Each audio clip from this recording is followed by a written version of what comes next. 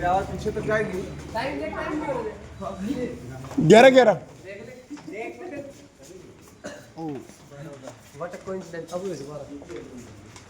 हाँ जी, हारित राशि मेवाड़ के कुल गुरु कहे जाते हैं। इन्हीं के आशीर्वाद और मार्गदर्शन से बप्पा रावल ने मेवाड़ साम्राज्य का विस्तार अरब देशों से भी आगे तक किया था। काबुल, कंधार, इराक, ईरान और उससे भी आगे तक इन्होंने अपना साम्राज्य फैलाया था। अनेक क्षेत्र इन्होंने बसाया था, अनेक राजाओं को इन्होंने हराया था। प्रमुख क्षेत्र में आता है पाकिस्तान का रावलपिंडी, इन्हीं के नाम से बप्पा रावल। रावल इनका सरनेम था, पिंड यानी गांव, उससे मिलकर बना रावलपिंडी। और इनका जो मूल नाम था वो था काल घोष। इसको रावल की उपाधि दी गई थी नाथ संप्रदाय के माध्यम से। नाथ संप्रदाय से दीक्षित थे बप्पा रावल। और रावलपिंडी का जो मूल नाम था वो था रावलकोट। आइए 1303 में जब अलाउद्दीन खिलजी चित्तौड़ दुर्ग पर आक्रमण करता और धोखे से महारावल रतन सिंह जी को अपने कब्जे में कर लेता है और उनको छुड़ाने के बदले में महारानी पद्मिनी का डोला मांग लेता है। सामने सी बात है, कोई भी राज परिवार हो या छोटा परिवार हो, अपनी बहन बेटी बहू को किसी के हवाले ऐसे ही नहीं सौंप देते। तो अपने पति को छुड़वाने के लिए महारानी पद्मिनी अपने भाई गौरा और भतीजे बादल के साथ मिलकर एक योजना बनाती। उस योजना के तहत 700 डोलों में महिला इसमें पुरुष से नहीं जाते। अलाउद्दीन खिलजी पर हमला करते हैं। हमले के दौरान महारावल रतन सिंह को छुड़वा देते हैं। लेकिन जब वास्तविकता का पता चलता है तो उसी समय भयंकर संघर्ष होता है। उस संघर्ष के दौरान चित्तौड़ के बोईवाड़ा नामक क्षेत्र में गौरा और बादल का बलिदान हो जाता है और चित्तौड़ दुर्ग में महारावल रतन सिंह जी का बलिदान हो जाता है। जब यह सूचना महारानी पद्मिनी को मिलती है तो अपने शक्तिपुत्री की रक्षा के लिए ये मेवाड़ का पहला जौहर करती है। जौहर मीन्स अपने आप को अग्नि के हवाले सौंप देना। 16,000 शस्त्रानुसार ये जौहर हुआ था।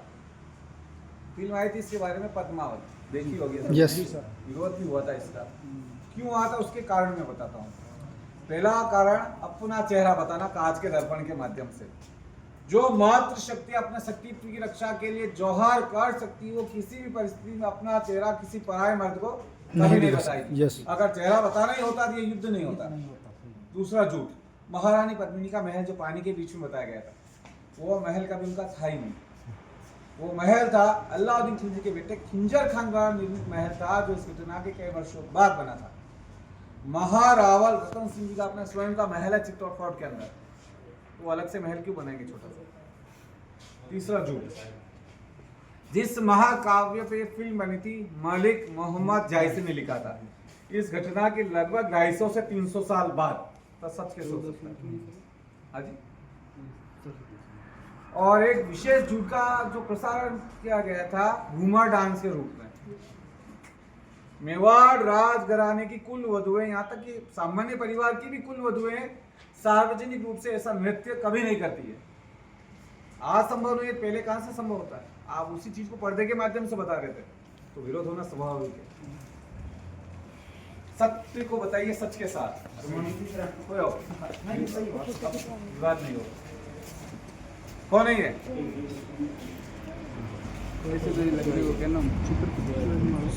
शिवाजी महाराज छत्रपति शिवाजी महाराज ही है। कैसे आगे तो मेवाड़ रत्न दीर्घा में ये कैसे है? ये तो महाराष्ट्र के हैं।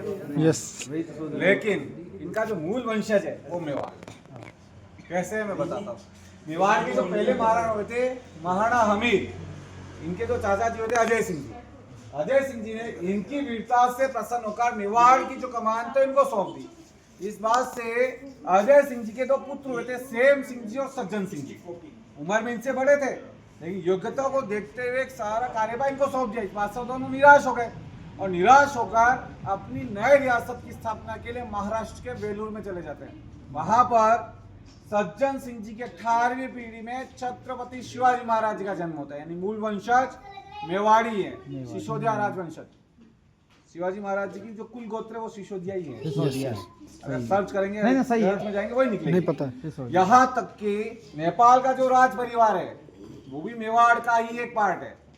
यानी सज्जन सिंह जी के जो छोटे भाई थे सेम सिंह जी, वो चले जाते हैं नेपाल और वहां पर वो अभी भी वंशज चल रहा है। यानी कह सकते हैं अब तक का चलने वाला सबसे बड़ा राजवंश है मेवाड़ का राजवंश। और तीनों राजवंश एक कैसे है उसका भी प्रमाण है पशुपतिनाथ जी हाँ, नेपाल के नेपाल अंदर, में, हाँ। और प्रभु श्री एकलिंगनाथ जी मेवाड़ में, दोनों के विग्रह सेम है, एक जैसे है। माँ तुलजा भवानी महाराष्ट्र की कुलदेवी, छत्रपति शिवाजी महाराज की कुलदेवी, बाण माता और माँ भवानी नेपाल की कुलदेवी, तीनों स्वरूप एक ही है। इनमें से 2 मंदिर आपको चित्तौड़ दुर्ग में भी मिल जाएंगे। तो दोनों मंदिर वहाँ है, तो ये प्रमाण है कि दोनों को वंशज एक ही है। आइए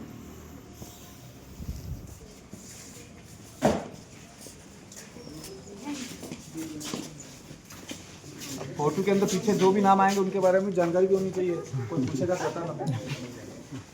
हाँ जी, महाराणा संग्राम सिंह जी, जिनके बारे में एक बात कही जाती है कि 80 गांव लगे थे तन पर, फिर भी व्यथा नहीं थी मन में। आपसी संघर्ष के दौरान आग फूट चुकी थी, युद्ध का हाथ और पैर कट चुके थे, फिर वे देश और धर्म की रक्षार्थी हमेशा आगे रहते थे। और इसी कारण मेवाड़ राज्य का सर्वाधिक विस्तार इन्हीं के राज्यकाल में होता, और इन्हीं की पत्नी कर्मावती के सानिध्य में मेवाड़ का दूसरा और सबसे बड़ा जौहर होता है, 23,000 चित्रों के साथ मिलकर। विश्व का सबसे बड़ा जौहर भी किसी को कहते हैं। पीछे रह गए थे महाराणा कुंभा, यहाँ से फर्स्ट उधर से, जिनके बारे में कहा जाता था कि इनके शासन काल में कलम, कटार और करनी का पर्याप्त मात्रा में विकास होता है। कलम यानी शिक्षा के क्षेत्र में, कटार यानी युद्ध कौशल के क्षेत्र में, और करनी यानी निर्माण के क्षेत्र में। मेवाड़ के सर्वाधिक महल और दुर्ग इन्होंने बनवाए थे। कुंभलगढ़, चित्तौड़ दुर्ग का विजय स्तंभ, कुंभा महल और कुंभ शाह मंदिर का भी निर्माण इन्होंने करवाया था। कुंभलगढ़ के अंदर एक शिवलिंग है, नीलकंठ महादेव, लगभग 5.25 फीट उस शिवलिंग की हाइट है। वो शिवलिंग की महाराणा कुंभा बैठे बैठे पूजा करते थे, बैठे बैठे जलाभिषेक करते थे, और बैठे बैठे इस पूरे शिवलिंग को अपनी भुजाओं में समाहित कर लेते थे। तो आप अंदाजा लगा सकते हैं कि कितने बलिष्ठ होंगे महाराणा कुंभा। इनको आजान बाहु कहा जाता था। आजान बाहु का मतलब घुटने के नीचे तक, हाँ। घुटनों से नीचे टखनों तक पहुंचती थी। लंबे हाथ वाले योद्धा आजान बाहु। भगवान श्री राम भी आजान बाहु हुए थे, और अजमेर के शासक पृथ्वीराज चौहान भी आजान बाहु हुए थे। वो अपने साथी है, जो उधर खड़े, जो बुला दीजिए उधर, ध्यान नहीं रहेगा फिर कुछ। स्टाफ के हैं तो कोई दिक्कत नहीं है, गुरु जी है कोई नहीं है, हाँ कोई दिक्कत नहीं। वायरिंग है उधर, और लेजर शो का मामला है। पत्ता चुंडा, जिनकी पत्नी कुल कुंवर के नेतृत्व में मेवाड़ का तीसरा जोर होता है 1568 में, जब अकबर चित्तौड़ दुर्ग पर आक्रमण करता है। 7,000 शत्रु साथ मिलकर। ऐसे कुल मिलाकर इस मेवाड़ में 3 जोहर होते हैं, और तीनों के तीनों जोहर चित्तौड़ दुर्ग के अंदर ही होते हैं। इसलिए पूरी चित्तौड़ दुर्ग की भूमि को जौहर भूमि कहा जाता है, क्योंकि 16,000, 7,000 और 23,000 एक जगह संभव नहीं है। 3 कुंड बना रखे चित्तौड़ दुर्ग के अंदर, लेकिन तीनों जौहर उसी एक जगह संभव नहीं, वहीं हुए। जहां जिसको जगह मिली वहां उन्होंने अपने आप को अग्नि के हवाले सौंपा है। इसलिए पूरी भूमि को जौहर भूमि कहा जाता है। वीरवर जयमल जी और कल्लाजी राठौर। जब अकबर 1568 में अकबर आक्रमण करता है चित्तौड़ दुर्ग पर, तो सुरक्षा की कमान दोनों के ऊपर थी। तो जयमल जी जब युद्ध कर रहे होते, युद्ध के दौरान के पैर में बारूद की गोली लग जाती, चल नहीं पाते, तो कल्लाजी राठौर इनको अपने कंधों पर बिठाकर चतुर्भुज स्वरूप नृत्य करते, यानी 4 भुजाओं में तलवार, जैसा कि दृश्य आपको सामने से नजर आ रहा है।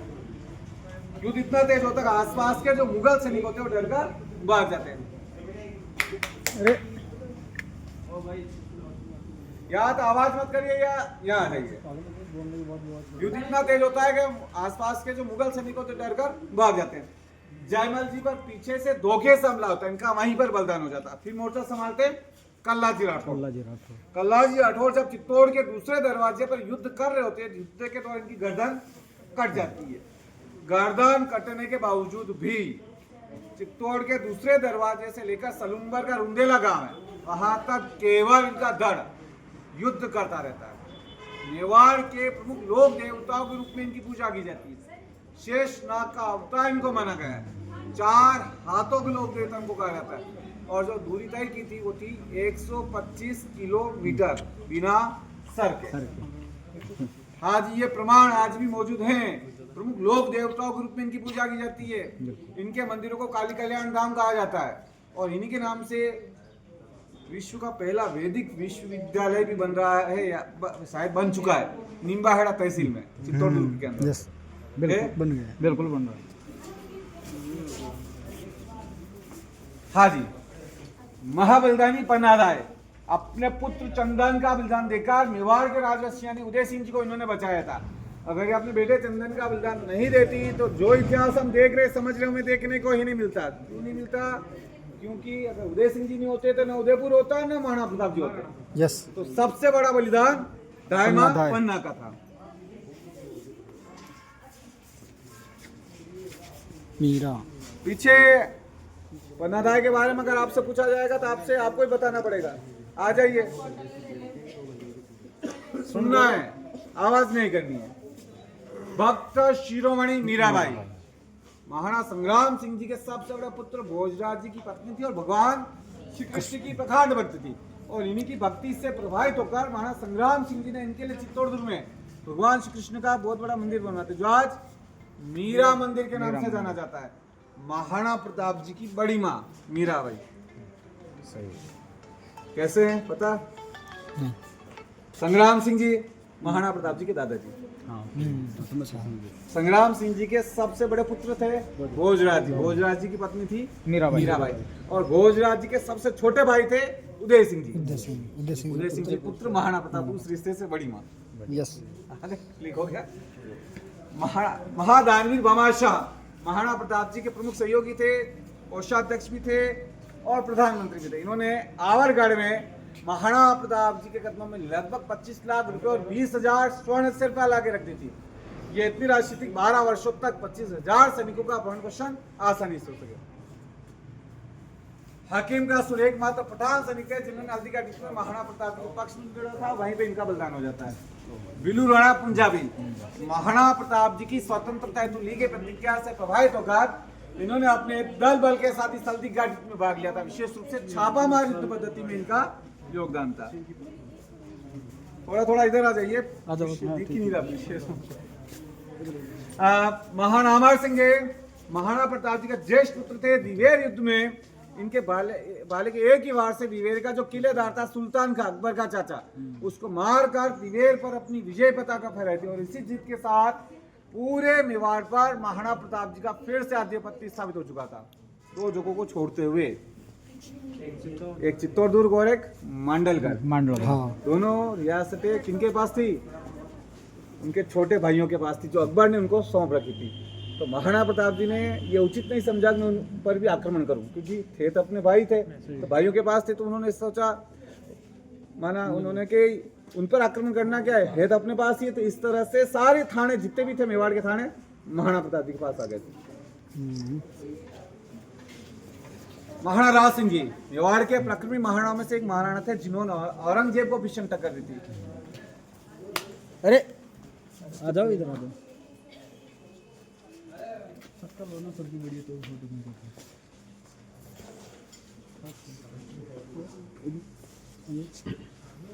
आ गए सभी?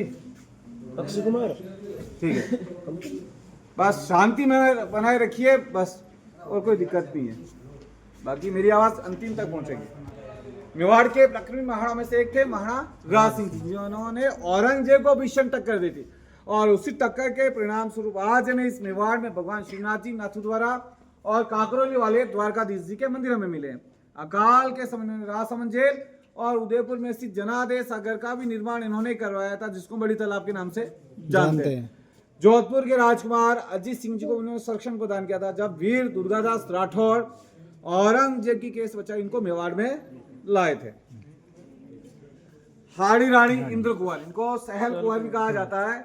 जब इनके पति रावत रतन सिंह जी को महाराणा राज सिंह जी ने औरंगजेब सिद्ध करने के लिए कहा था, तो इनकी नई शादी होती है।